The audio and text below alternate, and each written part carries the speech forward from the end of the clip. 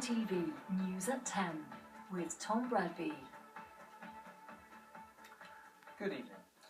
It is probably the last thing the Prime Minister wanted to hear as we enter the final month of this referendum campaign. Net migration from the European Union equalled its highest ever level last year. 184,000 people came here in all. Count in immigrants from the rest of the world, and the figure reached almost 1/3 And that's assuming the figures are even correct. You may recall the controversy over the number of national insurance numbers being issued, which suggested the real figures might be higher. But the big question is actually simpler. Is it a good thing or a bad thing? We'll sift the evidence on that in a moment. But first, Carl Dinnan on the figures and the reaction to them. If there's one thing people who want to leave the EU don't like, it's the fact that any worker with any EU passport has the freedom to come here. So the last immigration figures before the referendum were always going to be key and were always likely to be high. Leave and Remain supporters were, unusually, dancing together in Winchester as they waited for Boris Johnson today. He was in less convivial form, and just before he travelled there, he used the immigration figures to lay into his own party's immigration policy.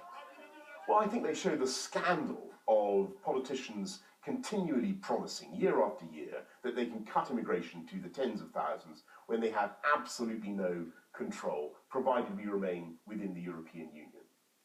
So here are the figures. At 333,000, last year's net long-term migration, those arriving minus those leaving, was the second highest on record, up 20,000 on the previous year. 184,000 of those were EU citizens. A record 77,000 EU migrants had arrived without a job, looking for work. Net migration from outside the EU was higher still, at 188,000. Another familiar figure joined the debate on the Remain side today, former Home Secretary Lord Blunkett. The big number can only really be controlled if we leave the EU. I mean, the Leave campaign have got that right, haven't they? The Leave campaign have not answered the fundamental question. What is it that you would do that would protect our borders in a way that we do not have the opportunity to achieve at the moment? They've got to answer the question, would we impose visas? What would the quotas for those visas be on the French, the Germans, the Italians?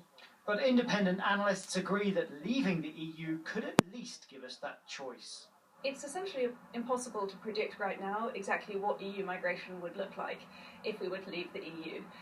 What we can say is that leaving the EU in theory allows the possibility of much tighter restrictions on EU migration, whereas if we stay in the EU, we do know that free movement will continue to be the UK's immigration policy towards EU citizens. By the time Boris Johnson left today, the mood in Winchester was less jovial. The pro-EU protester in the gorilla suit later claimed he'd been punched in the face. Leave or Remain, in or out, it's getting ever more heated. And Carl is here. Carl, I just wanted to clear up first this question, because I think most people watching will remember this business of national insurance numbers turning out to be higher than the official immigration figures. These are figures done on the old sort of system, essentially. They are. Now, the national insurance numbers issued to migrants over the last 5 years seem to show that there were 1.2 million more of them than these ONS immigration figures were showing. The explanation for that at the time was the vast majority of those were for people who were staying less than a year, and these figures, the ones we're looking at today, are long-term, net long-term migration figures, so they shouldn't be too much higher, but they may be a bit higher in reality. Okay, now, let's suppose we could control immigration. What would the net impact be in your view? It depends how it's done. Not an easy question, it's fair to say, but this yes, is one go of on, those, give it a go. what does it look like questions.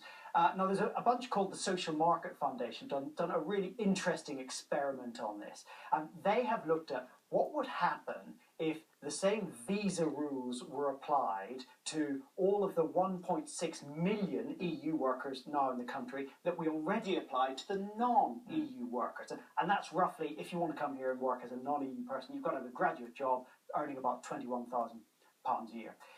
If you applied that to the EU workers, they found 88% of them wouldn't qualify to get here. So that's an awful lot of workers who wouldn't be picking potatoes or plucking strawberries or whatever they do, pouring coffee.